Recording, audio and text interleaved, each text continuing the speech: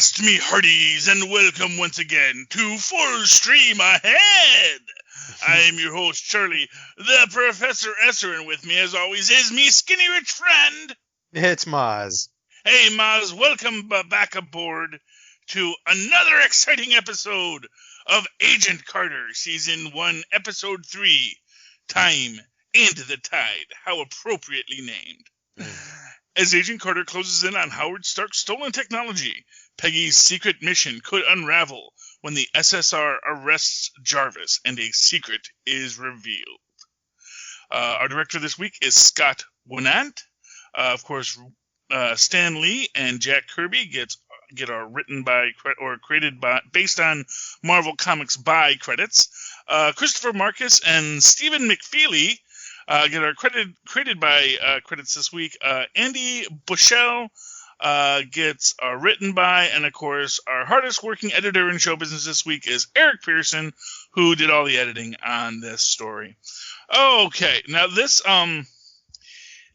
opens with a really fun misdirect, though I don't know quite how misdirected it really is. We see the gentleman skulking around the Griffith Hotel, the all-women's hotel, just like you would have seen in Bosom Buddies many years later. And this was a real thing. I think it may even still be a real thing. But, we see this gentleman very deftly shimmying up the drain pipe and coming to Agent Carter's room. And then as she draws her weapon, we see that it is, in fact, just a erstwhile paramour of one of her neighbors. And, for the scale at which he does that, you kind of got the impression that he had done that before. Yeah. But I think he would have known which room he was going to. Right. He had a very a rock climber's movements. Yeah. Well, they climbed rocks back in the 30s and the 40s. So. Well, no, I'm not saying I'm surprised at that. I'm just surprised, that it definitely looked like he'd done it before, is all I was saying. Yeah. No, but it's a nice, fun little bit that is that's our cold open. But then the next morning we have all the girls coming down and meeting, complaining about the eggs and, Yeah. That, the breakfast in this bed and breakfast is, not up to snuff. But then again, hey, what are you paying rent for? How much rent are you really paying in New York City, even in this day and age, rent control laws and whatnot. But we get our great little piece about Harry Houdini, which is delightful. That for all of the things he could escape and unlock, he could not ascend the stairs. And this is and what I love about this is you kind of get the feeling from the way some of the girls react that this is a story she tells a lot.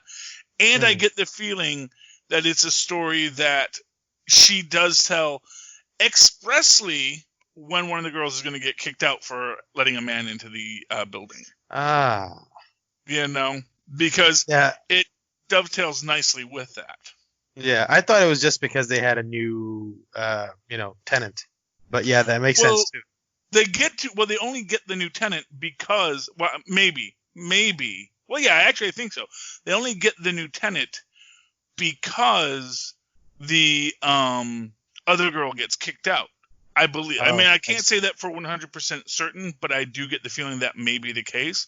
Which, again, then raises this question, gee, isn't that lucky that another tenant just happened to show up? Now, maybe there's a waiting list, so all that.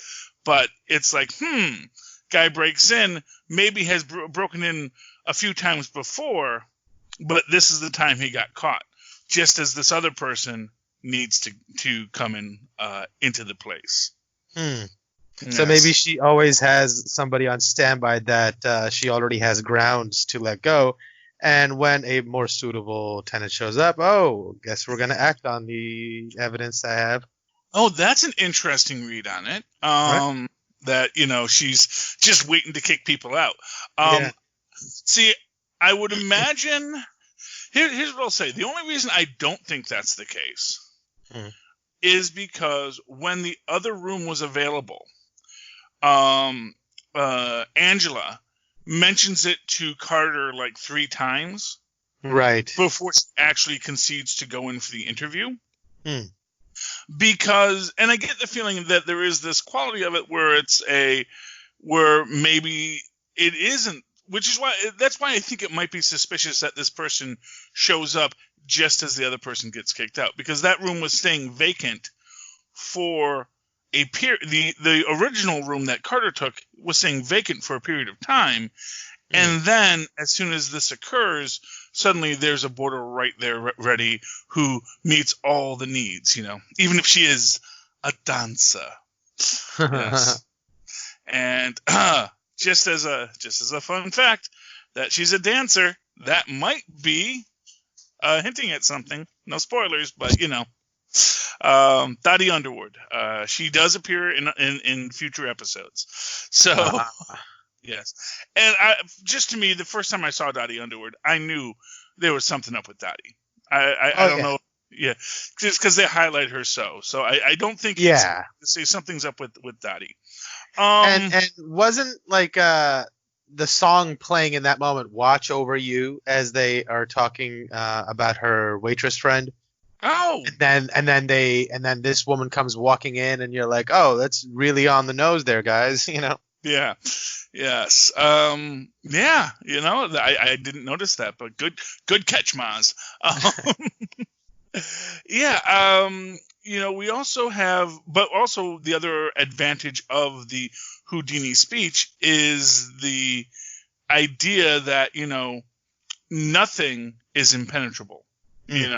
Because she says it's more impenetrable than Fort Knox. Though obviously it wasn't, because the guy got in. She knows the guy got in. And this is where she gets the idea that, there must have been, so they work out how the items were stolen from Howard Stark's lab. Right. And it's interesting because before we get to that, we get to the fact that, of course, they have trace that this is Howard Stark's car, was at the Roxxon implosion, and they go and they pick up Jarvis, and they do have him come down, and this is one of these, you could argue maybe a big coincidence, Carter, she's never had her job, Right. They tolerate so much from this lady. I guess, and I wonder why that is, because she walks in and he's like, work starts at 9 a.m.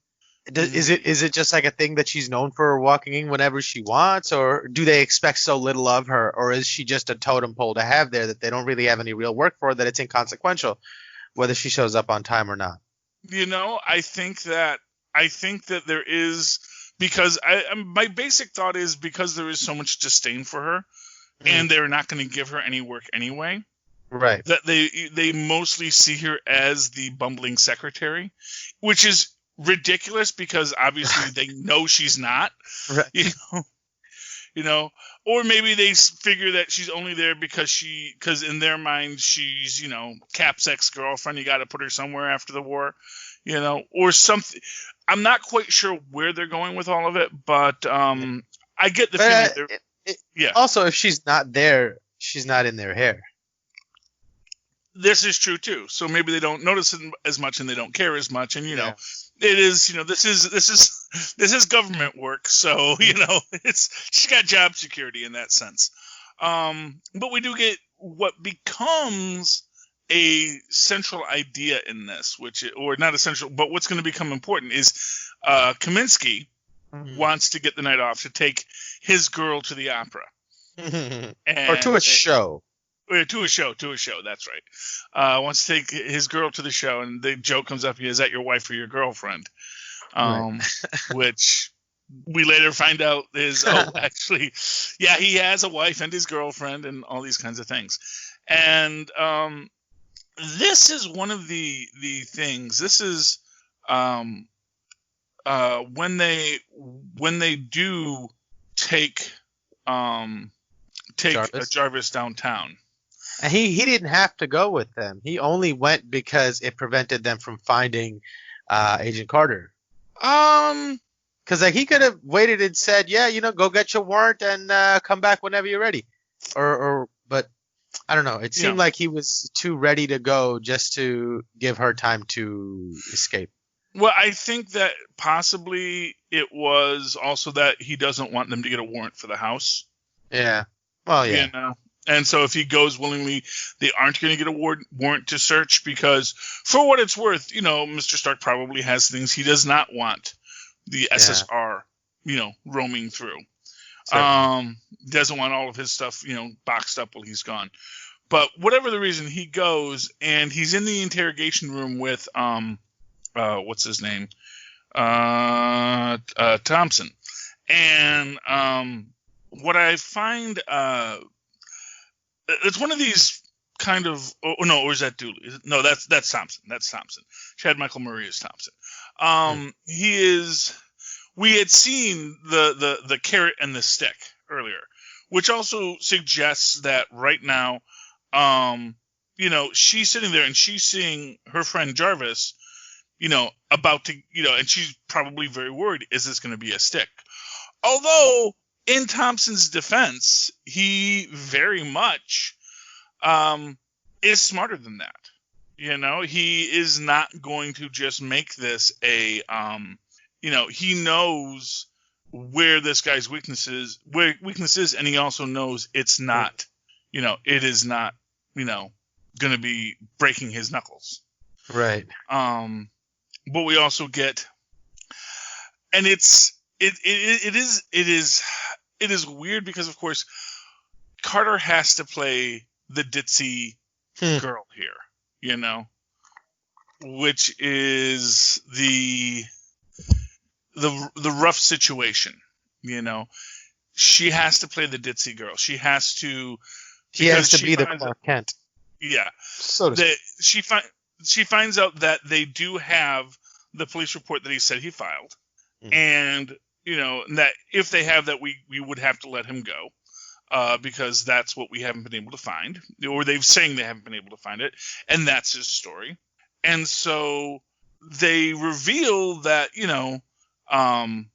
Jarvis was put on trial for treason, or that he was accused of treason and got a dishonorable discharge during the war, which is obviously a very big black mark, and that, this is the kind of things that could come into with his immigration status. And basically,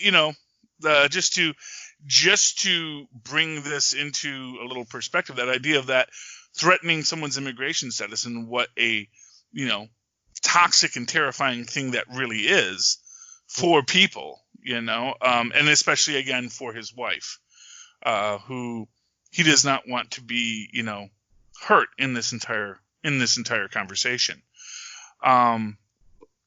We have essentially Carter again play the ditzy girl, come in interrupting Dooley while he, and it's one of these things where you again, you always have to ask, is Dooley seeing through this? Does he know, I know you're not that dumb, Carter? That's the question for me with Dooley. It's like, he's not going to accuse her of, being intentionally duplicitous, but I also don't think I do think that Dooley is savvy enough to know this woman, has been with SSR for a long time. Yes, she was, assigned to these, special projects, but, I think he's smart enough to know. I think he's read her file, If he is her superior, he has read her file. So he knows, like, if, in the worst case scenario, he knows there's that there's a lot of stuff redacted that he's not supposed to know about. So, clearly there is something here that I don't think he buys it. I think when she's doing these things, he knows she's intentionally screwing up their case, and perhaps he doesn't want to call her out on it because he's trusting her gut. Like, I don't know. That seems like a stretch to me. Well, here's what I'm going to say. When she has Jarvis get kicked out, do you really think if he wasn't trusting his gut at least a little, that the repercussions for her in that situation would not have been far more dire?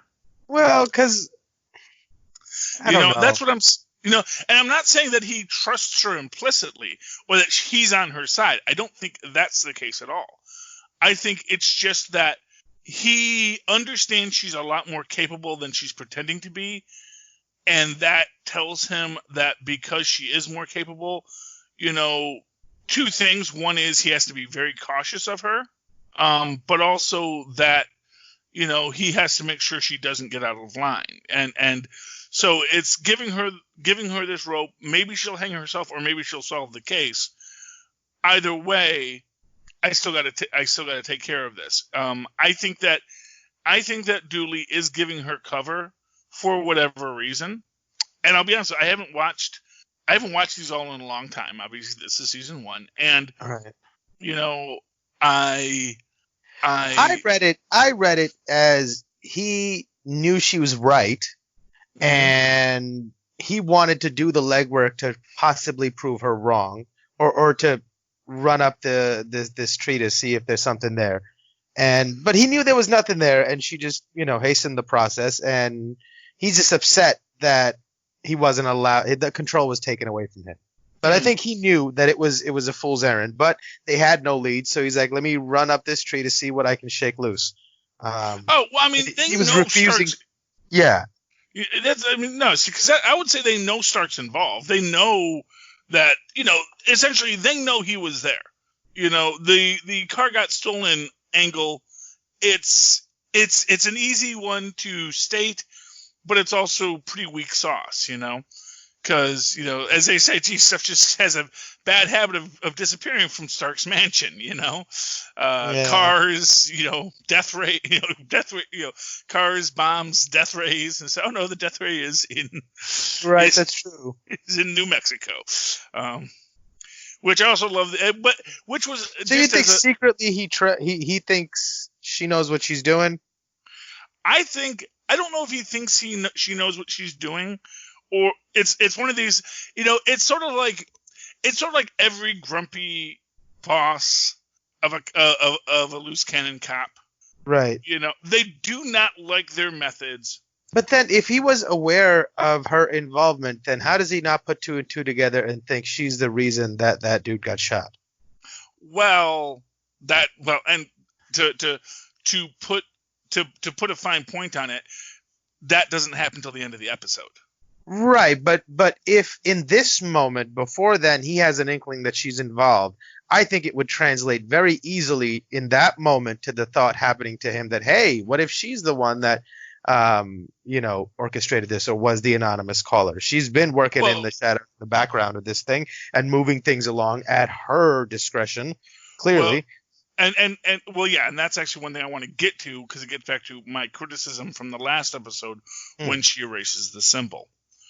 But what I will say on that, what I will say on that is, well, they may figure that, they called it in. She called it in. That does not mean she's associated with Kaminsky, and spoilers, Kaminsky's death.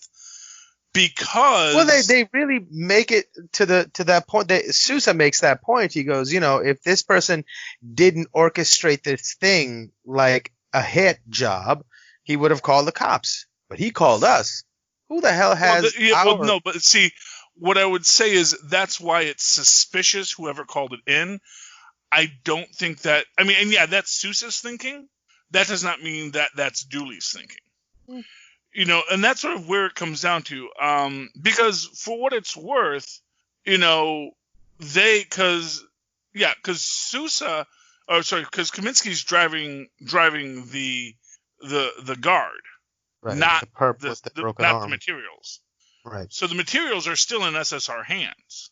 What they're doing is this person is killing a witness. That does not require the person who called it in to have set it up.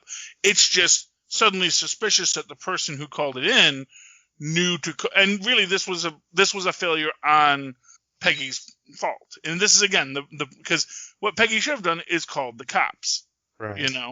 because, as they said, the SSR isn't in the phone book.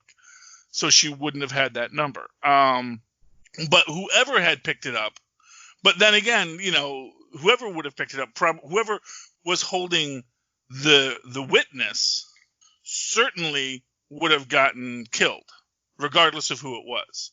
So, yeah. I mean, that's the thing. I don't think that was the hit to get rid of the witness. Wasn't terribly avoidable.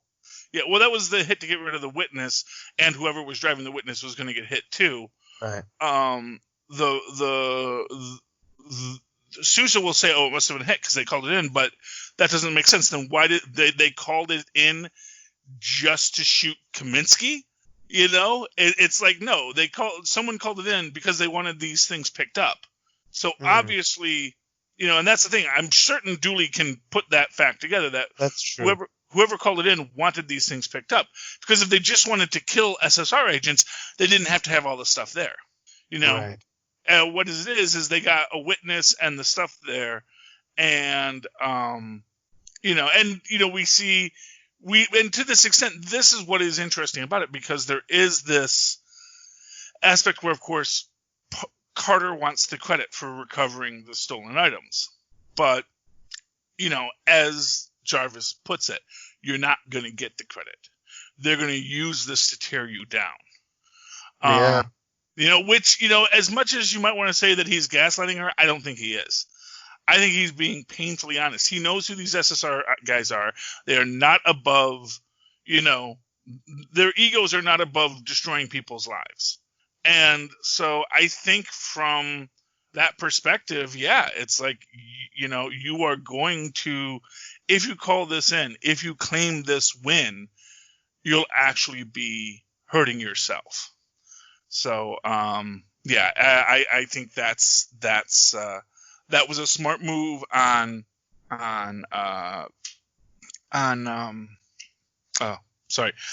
Jarvis's part, and unfortunately, no, and the bad move on Carter's part, because this is the kind of stuff that was like,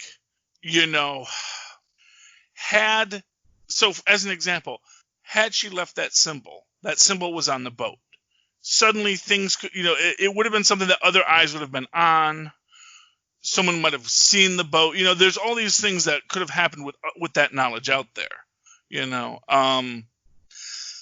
And so I think that was her first mistake. The second mistake was calling SSR instead of calling the cops.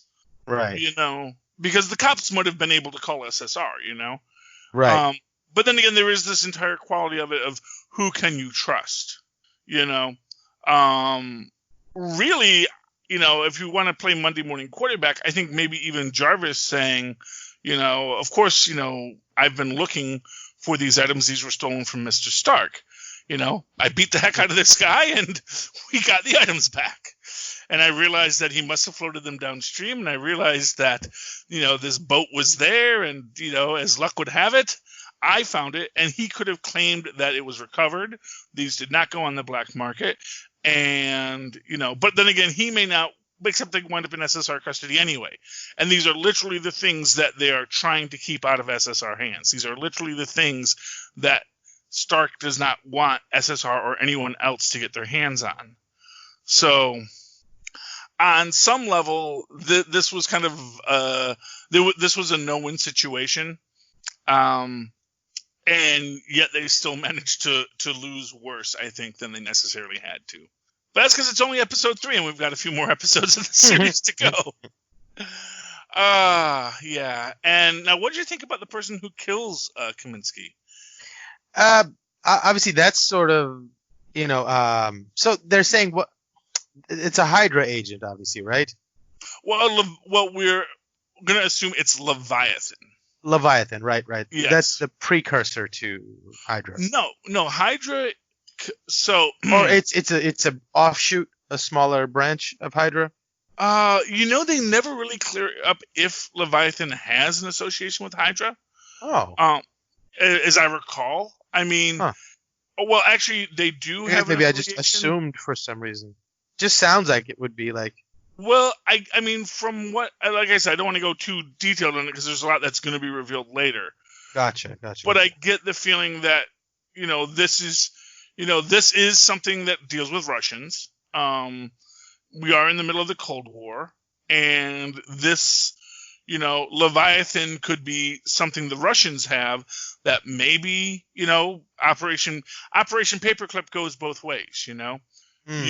You bring some Hydra scientists. If the U.S. captures Hydra scientists, you may bring them on to our various projects.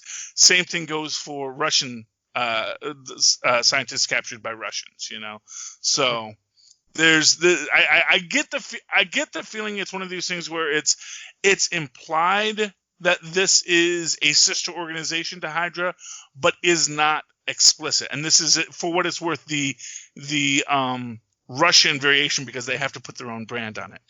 Because unlike every other thing, I guess the Russians were smarter about branding.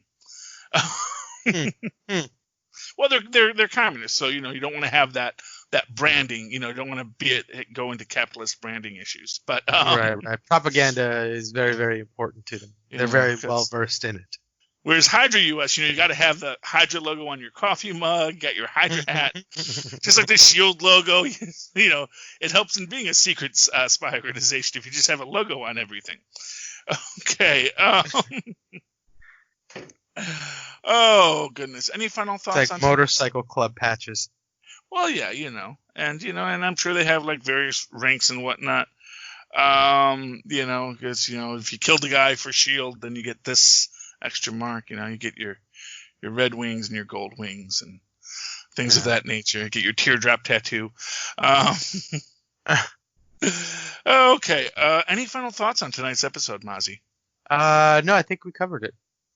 Okay. All right. So, Mozz, if people would like, well, actually, no. You know what? First off, let's take a moment to talk about how you're listening to this program, because you are probably listening to this program on substandard audio. And let me tell you, friends, you should go find yourself some Tweaked Audio headsets. Yes, Tweaked Audio headsets, the best headsets for listening to podcasts on the Capes and Lunatics and Southgate Media Network. Also, if you want to get those Tweaked Audio headsets, you know where you can buy things, Mozz? At Amazon. Amazon, yes. And if you just go down to the show notes, you're going to find a link to Amazon right there for your convenience. You can go there. You can buy your Tweaked Audio headsets. You can also buy Pod Life the book, which is a book about this wonderful mix-up world we call podcasting that people enjoy, people love, and, people wonder why you would do this. This may not answer that question, but it'll at least tell you why some people did it. And, of course, if you got nothing else to do in this time, why don't you go and hunt a killer? Hunt a Killer is one of our many sponsors where they will send you interesting and confusing clues. Unlike Agent Carter, who will erase those clues so you never get them, Hunt a Killer will give you the clues to help you solve the crime. Anyway, Mozz, in the meantime, if anyone would like to talk to you about those things, how can they find you? Oh, they can find me on Facebook under Mozz Manzoor, or email me at mozzmanzoor@gmail.com. That's MOZZMANZOOR. And, of course, you can always write to me in that old-fashioned email way where Mozz and Paz once did at superconnectivityblog@gmail.com. That's superconnectivityblog, all one word, at gmail.com. Of course, follow me on Twitter as I live tweet Agents of S.H.I.E.L.D. when I can stay awake for it, because it's on at 10 at night, and I'm an old man. But I did get like the last 15 minutes of it tweeted out, and yeah. But I'm going to try better next time, kids, I promise. Follow me on Twitter at CharlieSer, that's CharlieEsser. Look for the 2 E's in the middle. For quality. Bing! Thank you, Mozz. All right, you landlubbers, you've come and sailed around the Horn with us once again. Now you may disembark and go about your day, but be sure to come back next week for another episode of Full Stream Ahead. Arr.